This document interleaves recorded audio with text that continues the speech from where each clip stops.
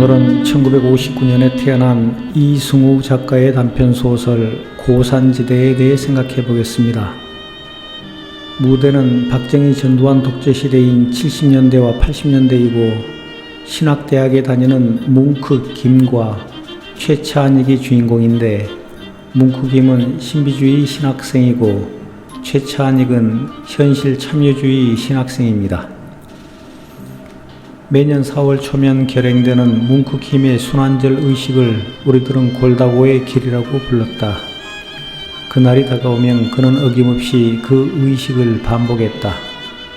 서기 33년의 예루살렘, 그 뜨거운 4월의 한낮에 자기 몸무게를 훨씬 넘는 십자가를 지고 처형장까지 걸었던 깡마른 예수의 발걸음을 모방하는 그의 의식은 그 시절의 예수만큼이나 깡마르고 야윈 편인 그에게는 보기에 딱할 정도로 힘에 벅찬 일이었다.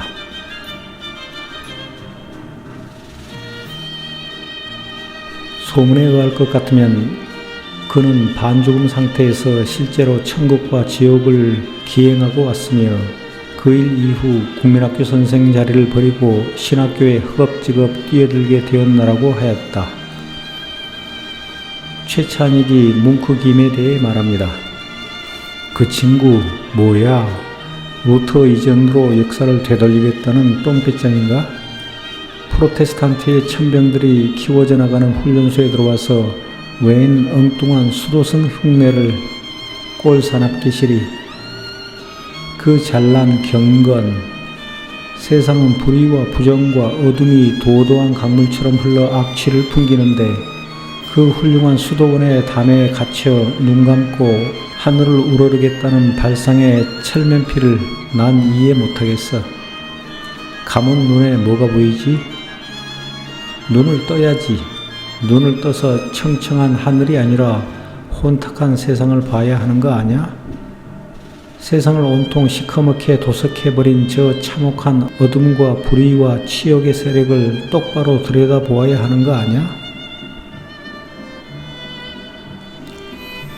그는 말했다. 예수님은 신학자들의 구태의연한 사고의 틀 밖으로 뛰쳐나오고 싶어 하신다.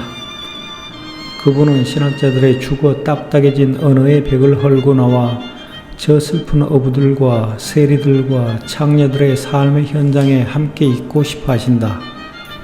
저 열악한 노동 환경의 한복판에 뛰어들어 노동자들과 함께 모래짐을 지고 대패질을 하고 트럭을 운전하고 싶어 하신다.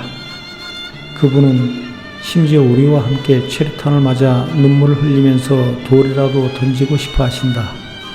그날 저 추악한 폭력 앞에 몸을 던져 십자가에 못 박히셨듯이 오늘 또 그러하신다.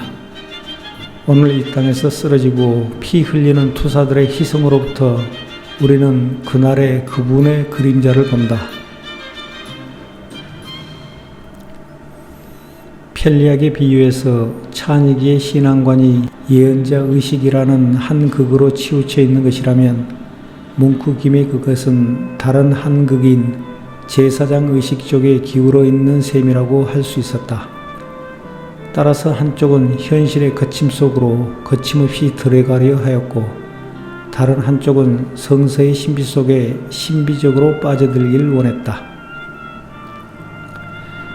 얼마 전에 유시민 작가는 지금의 70세들, 즉 7080 세대들 대부분이 민주화 투쟁에 앞장섰던 사람들이라고 말했습니다. 하는 그 고령 유권자들 있잖아요. 그분들이 6월 항쟁 때 어땠는지를 혹시 생각해 보셨어요? 지금 70살 된 분들이 그때 35살이거든요. 그러니까 그때 넥타이 부대들이에요. 6월 항쟁의 넥타이 부대가 지금 그렇게 된 거거든요. 하지만 그의 말은 틀렸습니다. 6월 항쟁 당시 절반 이상의 7080 세대들은 독재자와 경찰들을 두려워했거나 민주화 투쟁을 비웃었습니다. 광주 시민을 학살했던 계엄군들, 체루탄을 쏘아댔던 경찰들과 정경들 수십만 명도 그들입니다. 그래서 지금도 7080 세대의 절반 이상이 독재를 지지하는 세력으로 남아있는 것입니다. 평소 훌륭한 고전을 읽지 않고 조중동 같은 사이비 언론에 귀 기울이는 인간들의 가치관은 죽을 때까지 변하지 않습니다. 이 소설에도 당시 그따위 학생들의 대화가 나옵니다. 어쩌자는 판국인지 모르겠어. 또 금방 이곳저곳에 체류탄이 펑펑 터질 테지. 그나저나 그놈의 체류탄 냄새 좀 안 맡고 한 학기라도 넘겨봤으면 소원이 없겠어. 오늘도 일찌감치 빠져나가는 게 상책일 것 같아. 신학교에서까지 꼭 이래야 하나 도대체.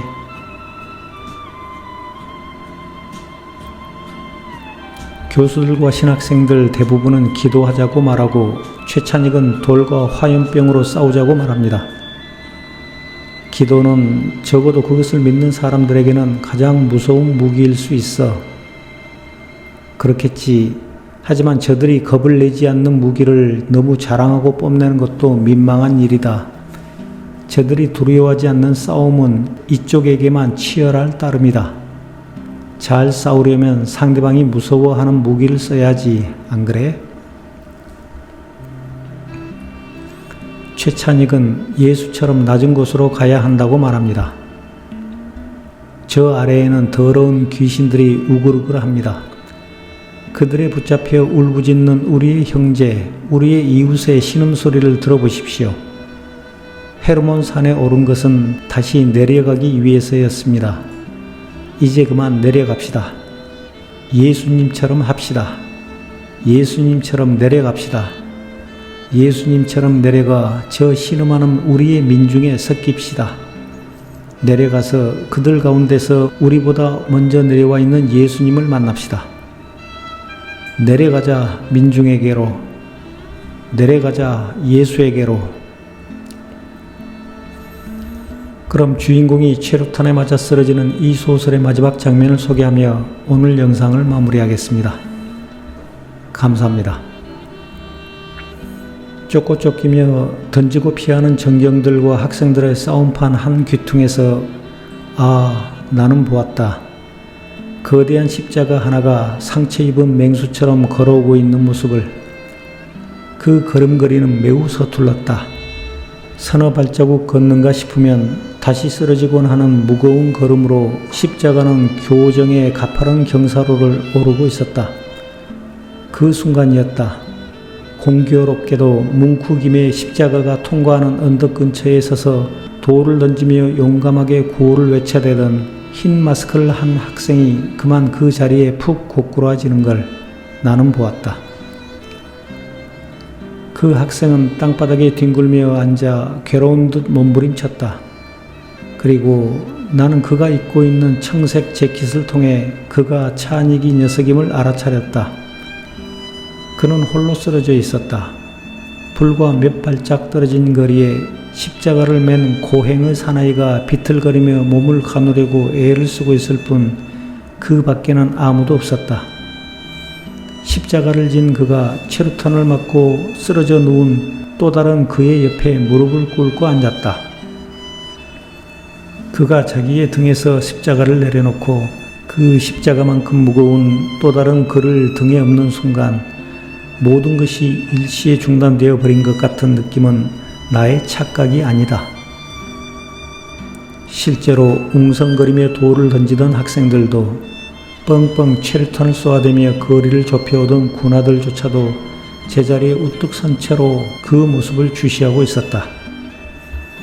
모든 것이 정지된 시간 위로 그가 그를 등에 업고 아래를 향해 비틀거리며 내려가고 있었다. 이것이 유일한 움직임이었다.